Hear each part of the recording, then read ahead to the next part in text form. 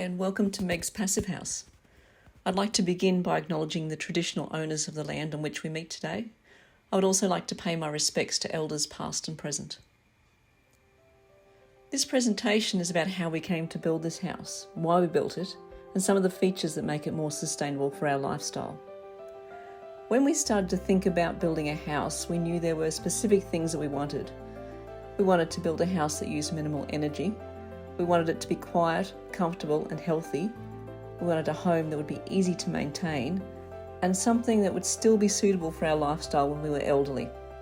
We had a defined budget and knew that we only wanted to build once, so a lot of thought went into the design and into exactly what we needed from the house. So let's start with the block of land. It took us quite a while to find our ideal block of land. It needed to be small enough for easy maintenance. Although we enjoyed gardening, we didn't want to spend all of our weekends on this chore. It needed to be large enough to provide enough indoor and outdoor area to suit our lifestyle, and it needed to have enough room to grow some of our own food. We wanted it to be in a quiet area and within a short bicycle ride of the city centre, work and amenities. We finally settled on a flat 380 square metre block in a very small 17-lot estate on the western slopes of Mount Lofty, with a good downhill run into work and town. This area is quiet with well-established houses, close to large parks and bushland and not too far from the local shopping centre. The construction of the house is fairly standard for our area, with a slab on ground, timber frame and colour-bond roofing. After that, we deviate quite a bit from other houses in the estate and in Toowoomba. So the house is wrapped with one layer of vapour permeable membrane externally across all walls and the roof, which maintains the air tightness essential to reach passive house status. Insulation has been applied to all external walls and under the roof with R4 bats. Extruded polystyrene sheets were used as insulation on top of the concrete slab. As mentioned earlier, double glazed passive house certified windows and doors were installed. We chose Logic House alu-clad windows, timber-framed windows with an external skin of aluminium for durability.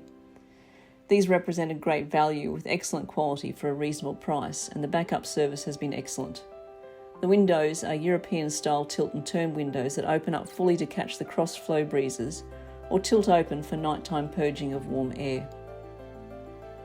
The lungs of the house is the Stiebel Eltron heat recovery ventilation system, which provides us with fresh, temperature-stabilised filtered air for 24 hours a day, 7 days a week. These systems require very little energy to run, they're quiet and help keep the house at a stable temperature. We had blower door tests conducted twice, once at lock-up and again at completion to ensure the required air tightness was reached and to check for any air leaks. Thanks to our marvellous building team, the house reached an air tightness level of 0.4 air changes per hour, well below the required passive house standard of 0.6 air changes per hour. To assist in energy use minimisation, we've gone all electric with a Stiebel Eltron heat pump for hot water, induction cooktop for cooking, LED lighting throughout, and a ducted 5 kilowatt air conditioner, which we hope has minimal use. We are also running a 13.3 kilowatt solar system with a 10 kilowatt Fronius Gen 24 3-phase hybrid inverter. The inverter is integrated with 8.3 kilowatts of BYD battery storage, and the house is pre-wired for electric car charging, although this purchase will have to wait for some time. So apart from the passive house standard, a lot of thought went into the design of this home. Both my partner and I went through a very long process of listing and refining what we wanted from this house, how we wanted to live now and what we needed from it in the future.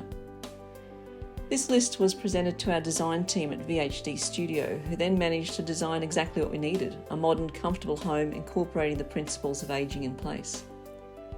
The house is just 2 bedrooms, 1 bathroom, 1 powder room and 2 living areas, a total of 172 square metres of livable area.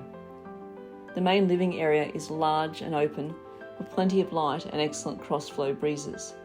This is where we spend the bulk of our time, so it needed to feel comfortable and welcoming. Timber screens have been used to subtly divide the rooms while maintaining visual connection, and the use of a rake ceiling in the living room along with the high windows increase the feeling of space and light. The kitchen has been designed for easy access, especially as we age.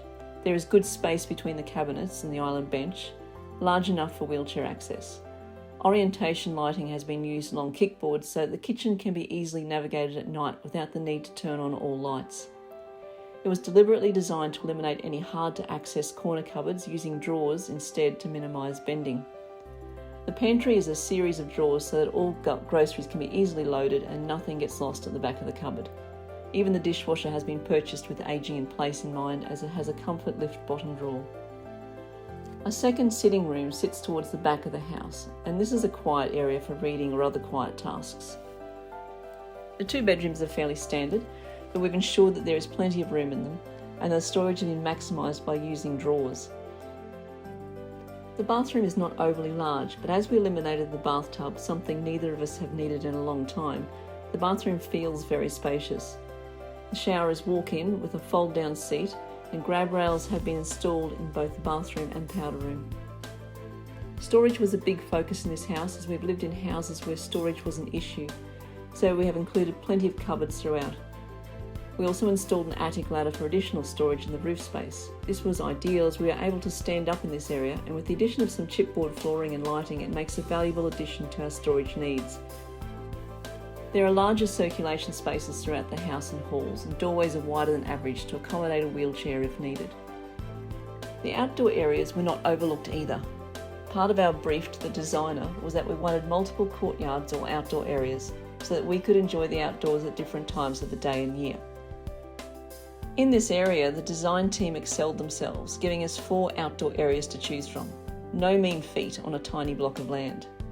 The largest covered area sits at the front of the house, facing north, and although this is not an area that most Australians would consider an ideal place for an outdoor area, from previous experience we have found this gives us great connection to the neighbourhood, something missing in most new developments. All in all, this building has met and in some cases exceeded our brief of a comfortable, quiet, healthy, energy-efficient home. It is a testament to our builder, designer and passive house consultant, and demonstrates the incredible benefit of putting a lot of thought into what your needs actually are. Thank you.